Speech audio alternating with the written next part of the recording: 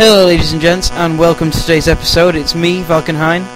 And me, Tomcat Fury. And today we're discussing Skyrim. Hells yeah. And so first I must pose the question to Tomcat. How did you find the race selection system? Oh, it was actually really good.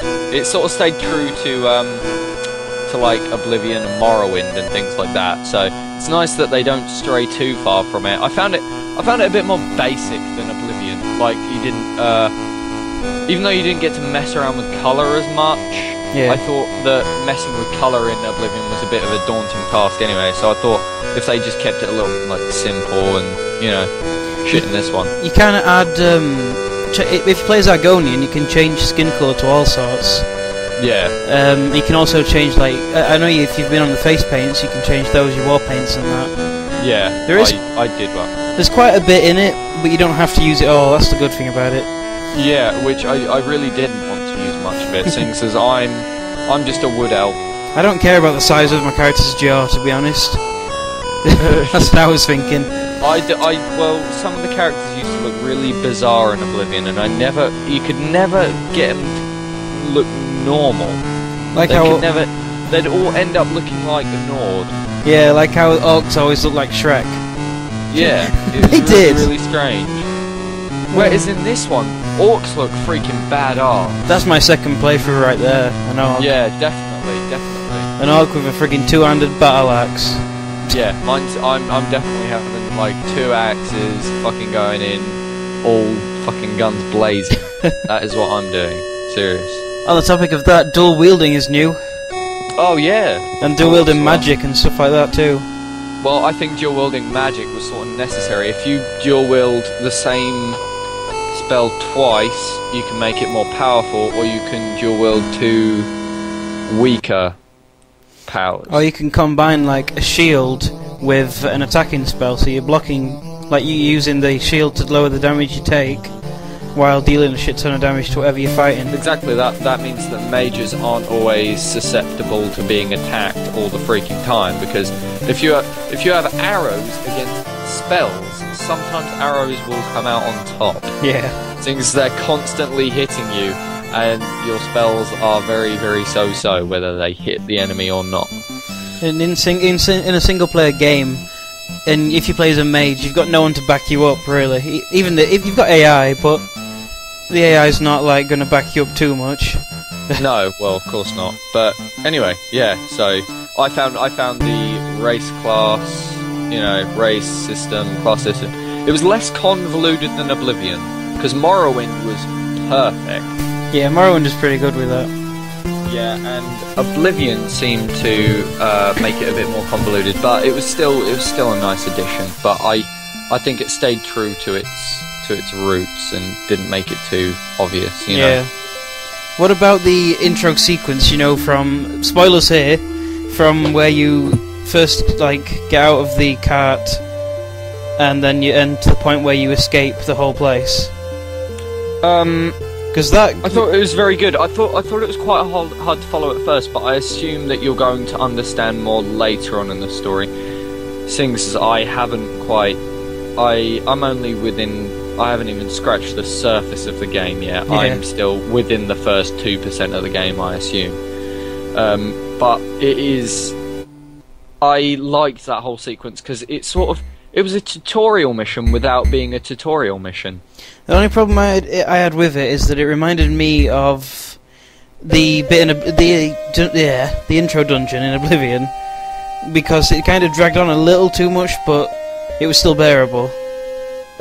You know what I mean? I didn't think it dragged on a lot at all. And I thought it was over and done with within freaking 5 minutes, and I was ready to just explore after that. I was kitted up enough, and we were out. Yeah. That is a good point, though. It does prepare you for the actual game. It teaches you what to do. Yeah. All the necessary stuff, like sneaking and whatnot, past that bear. Although I bet no one sneaked past it. Nobody...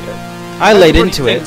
Everybody thinks, oh, I wouldn't fuck with the bear in real life, so in the game, I'm just gonna fuck with the bear.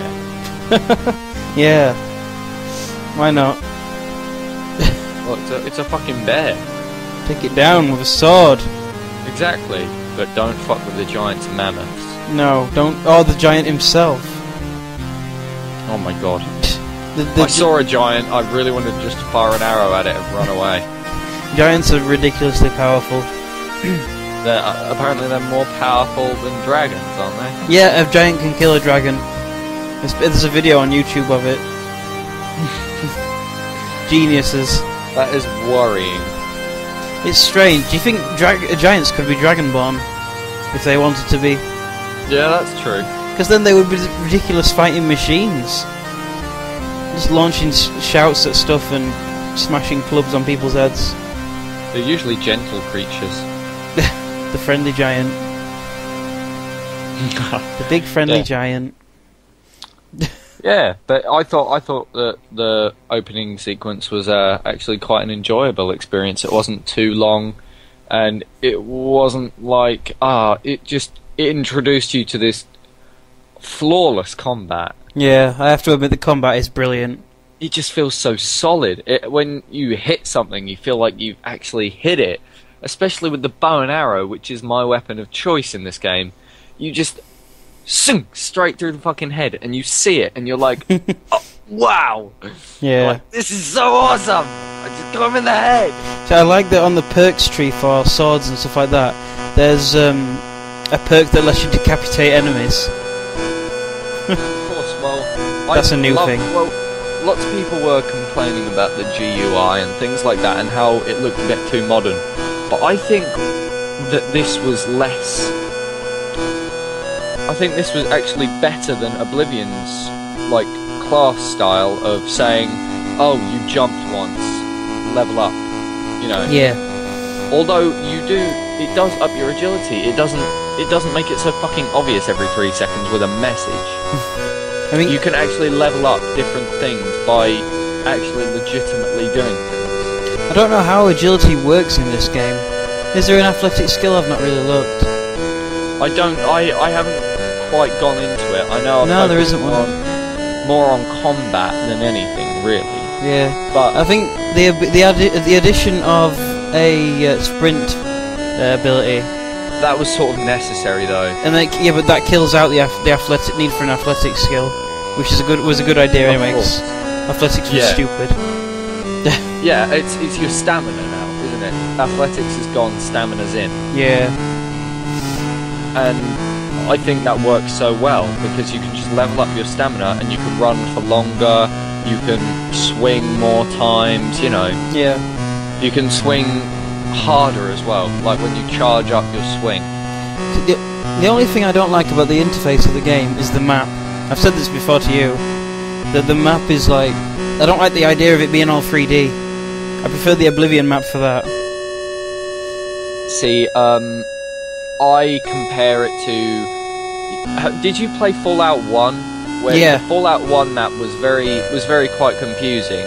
But once you got it, you sort of understood it and you learned to like it. At this point, even though I haven't played much of the game, I've already sort of taught myself to sort of just... It's not going to change, fucking get used to it. And that's sort of what I told myself, and that's what it's going to have to be like with this game. If I find something that because I'm a very nitpicky person with games, or I try not to be, but... I'm a very nitpicky person, and if I find something that I don't like, I seriously just have to convince myself they're not going to change it just for me, get the fuck over it, and I deal with that.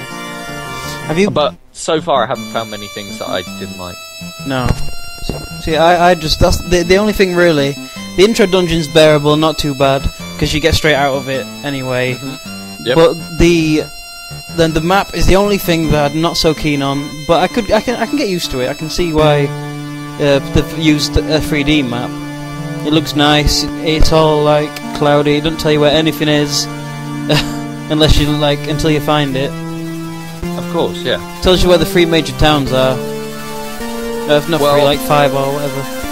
I've spoken to you about this before. That it feels like they have taken everything good out of Fallout 3 or Fallout New Vegas or whatever, and they've almost incorporated it into an Oblivion Morrowind style game. Yeah. And it feels like they've taken everything that was right with their other RPGs and mixed it with the Elder Scrolls and have made it this great sort of experience.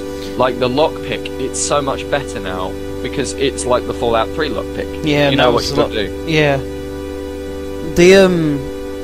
I had a thought and I forget now.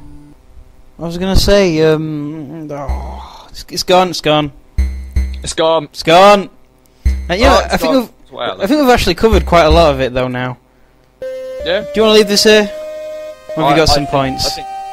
No. Oh wait, I do have one. Okay. Get this game, or I am going to hurt your pet. And I heard that. And I know how much pets mean. Do it. Okay. Do it. Do it now. Do it, bitch. So yeah, that's been us talking about Skyrim. Bye.